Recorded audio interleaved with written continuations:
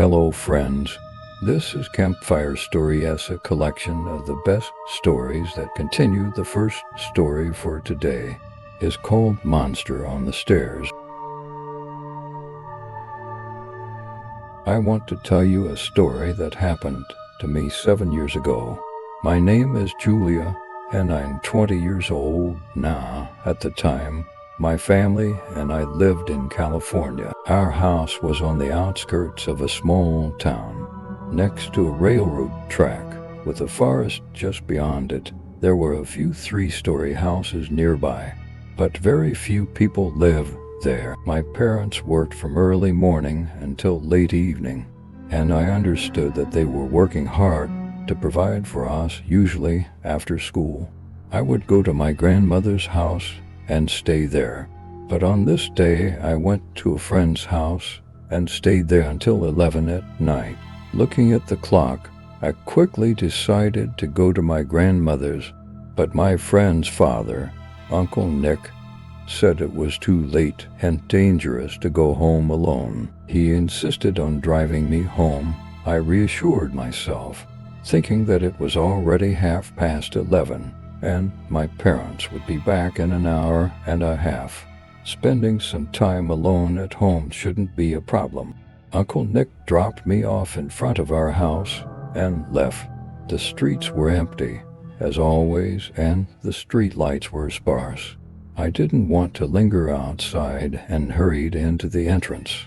To my relief, it was quite well lit inside. Upon arriving home, I turned on the lights in every room and, most importantly, the TV to create a sense of others being present. I sat down to read a book. By midnight, I started to feel more relaxed, no longer afraid of monsters or creatures. The book completely absorbed me. Suddenly, muffled cries reached my ears through the front door. Someone was shouting for help. I approached the door and listened intently, trying to breathe quietly. My nervous breathing made it difficult for me to hear clearly, but I could make out the word, help. The voice sounded hoarse, like that of an elderly person genuinely in need of help. Slowly, I turned the key in the lock so that there would be no audible click and opened the door. I looked outside onto the staircase, but there was no one there. Carefully, I approached the railing and looked down. There was no light outside, but I could see movement in the faint street light. Someone needs help there, the voice said again, but this time it sounded horrific, like a raspy growl. Panic engulfed me as I saw something running up the stairs to the third floor. It looked like a monstrous, four-legged creature with a human body, long limbs, and sharp teeth. Fear gripped me like an electric shock. I rushed back into the apartment and locked the door with all the locks. The door started shaking violently, and the voice outside became even more ominous, almost like a growl. It scratched against the walls, pounded on the door, and cried for help. I trembled with fear. Hysterical crying began, and I prayed silently, covering my mouth with my hands to stifle any sounds. After about 5 minutes, everything fell silent behind the door.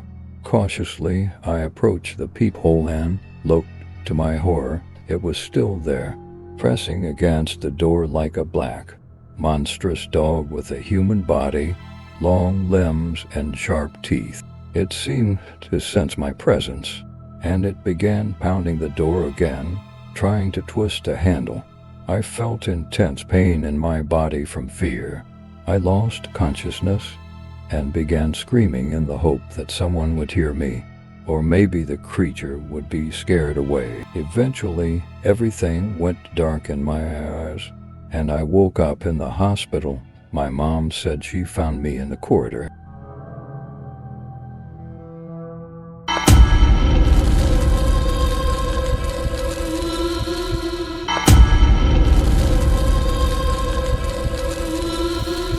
The next story is called, Do You Want to Drink? I lived together with my older sister in a one-room apartment. that the kitchen is quite spacious. One day I returned from another night out. Barely managing to open the door, I stumbled into the hallway, turned on the light, and knocked over a table with a loud crash. Oh my God, have you been drinking again? My sister emerged from the kitchen. Yes, every day. I replied. I heard the sound of the water pump as my sister filled a glass with clean water from the dispenser. I went into the bedroom and collapsed on the bed. My head was spinning and I started to feel nauseous. Eventually, I dozed off. I dreamed of the sea sitting on the shore, listening to the waves. Suddenly, I woke up with a start, startled by a splash of water. The room was dark, but the kitchen still had dim lights. I checked the clock. It had been 3 hours since I got home. A chill ran down my spine when I heard the sound of the water pump.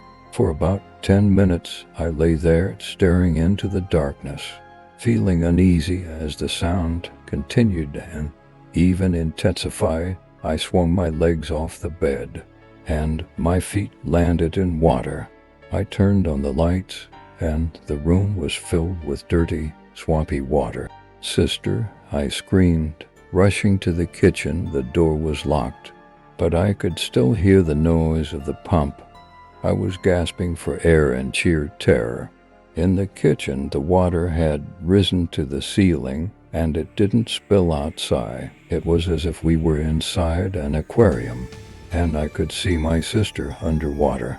She was smiling with white eyes and skin like a drowned person. I screamed and woke up. Everything was fine.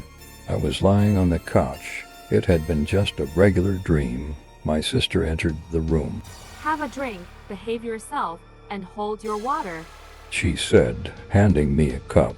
I took it, but I couldn't bring myself to drink it. The water in the cup was dirty, like swamp water. I raised my eyes and saw the drowned woman. My dear, you have no sister, and this is what happened 20 years ago. That's all the stories for today. See you soon.